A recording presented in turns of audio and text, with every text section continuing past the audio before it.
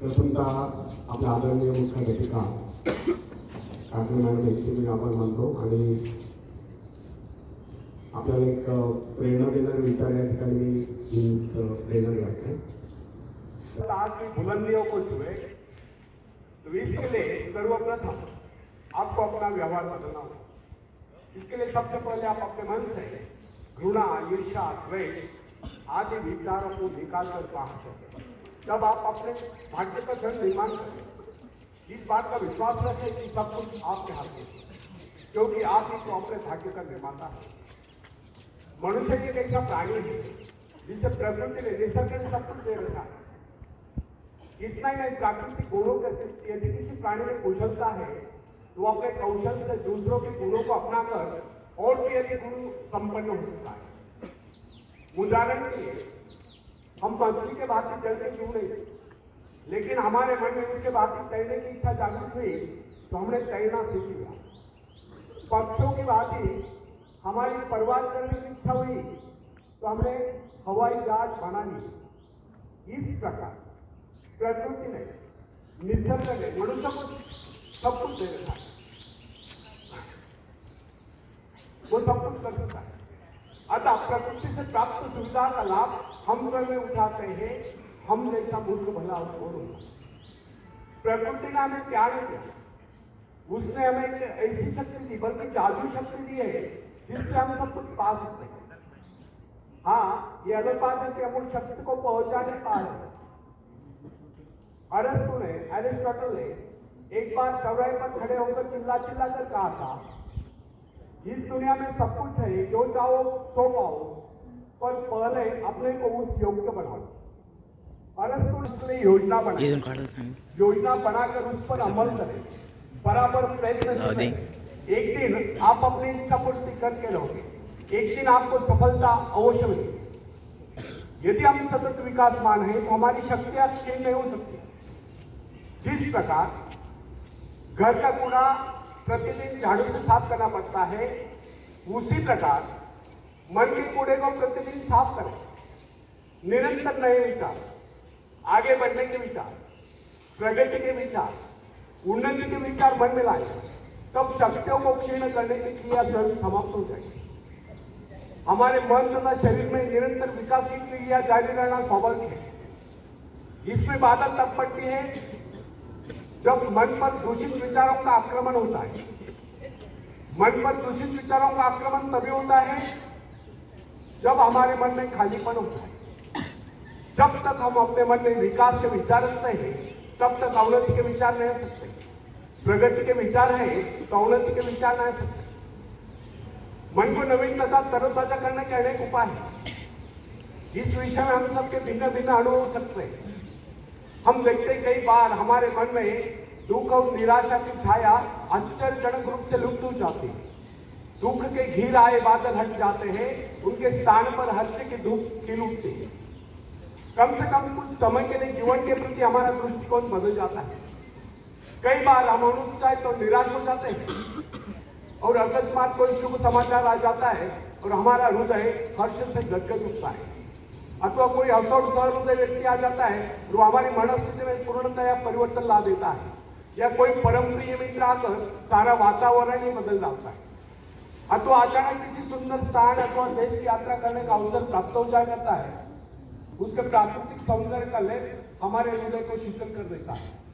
किसी ऐसे स्थान की यात्रा करनी पड़ती है जिसकी हमारे मन में सदा से इच्छा नहीं, और वहां से सौंदर्य के कारण हमारे विचारों में परिवर्तन आ जाता है, हम प्रसन्नता से विभोर जाते हैं। फ्रेंड्स, कुछ लोगों का यह कहना है, विचार है कि मन बाहरी प्रभावों को ग्रहण करने में असमर्थ है, उसकी स्थिति में विशेष परिवर्तन नहीं किया सकता। उसके हर्ष विषाद की सीमाओं का निर्धारण केवल भाग्य द्वारा होता है, और हम केवल इतना ही कर सकते कि इसे विचारों का अंश देकर चकमा देंगे। परंतु ये धारणा गलत है। हमारे पास ऐसे असंख्य उदाहरण है जिनमें व्यक्तियों के मनोवृत्ति में आमूल परिवर्तन होता देखा गया, उनके मस्तिष्क में क्रांति होती देखी गई। बहुत से लोग जो जन्म से दुर्बल थे, वे व्यायाम द्वारा सबल होते देखे गए, अकर्मण्य कर्मठ होते देखे गए। ऐसे अनेक उदाहरण हमारे सम्मुख है जिनमें व्यक्ति मानसिक शक्तियों से रहित थे, किंतु प्रयत्न द्वारा उनमें भारी परिवर्तन आ गया। उनका दुर्बल व्यक्तित्व प्रबल व्यक्तित्व में परिणत हुआ। साहस का एक उदाहरण लीजिए।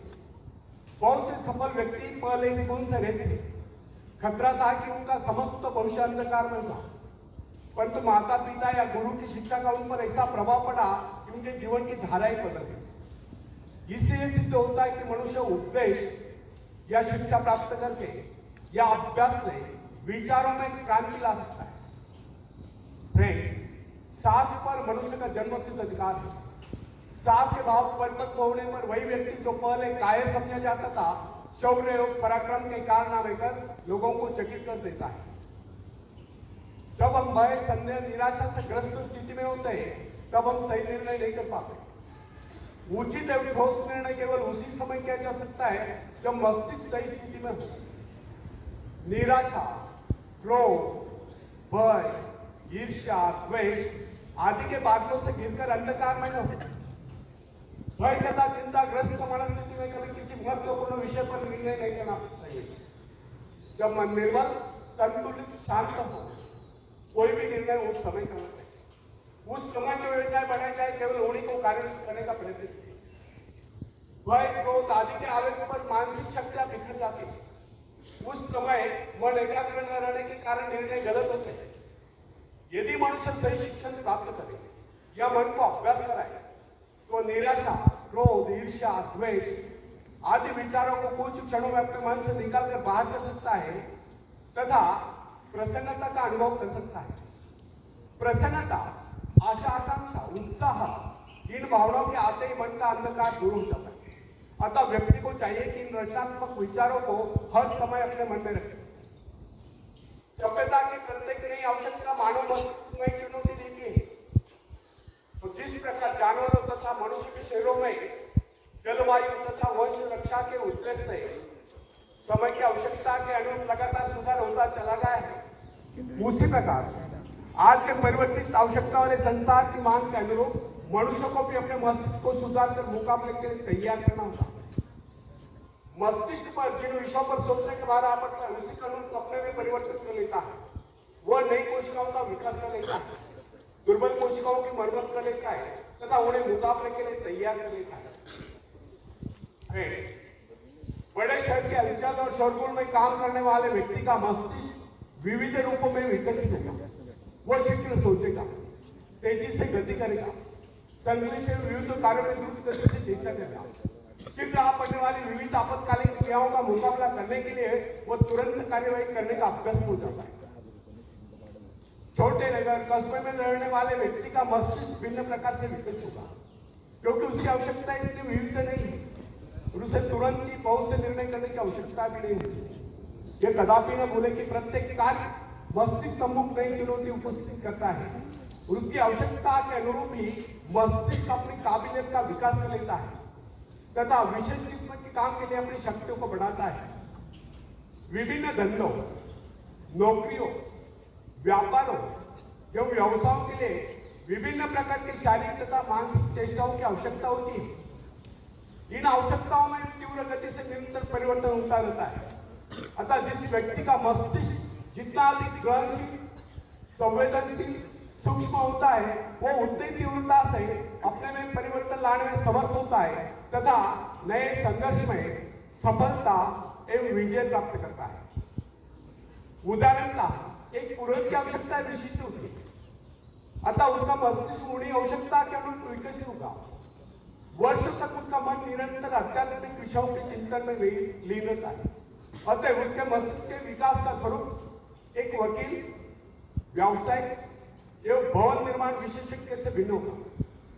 जिस व्यक्ति का जीवन अध्ययन या भौतिक हलचलों में लीन रहा है, उसके मस्तिष्क से का विकास एक व्यापारी के मस्तिष्क से भिन्न होगा।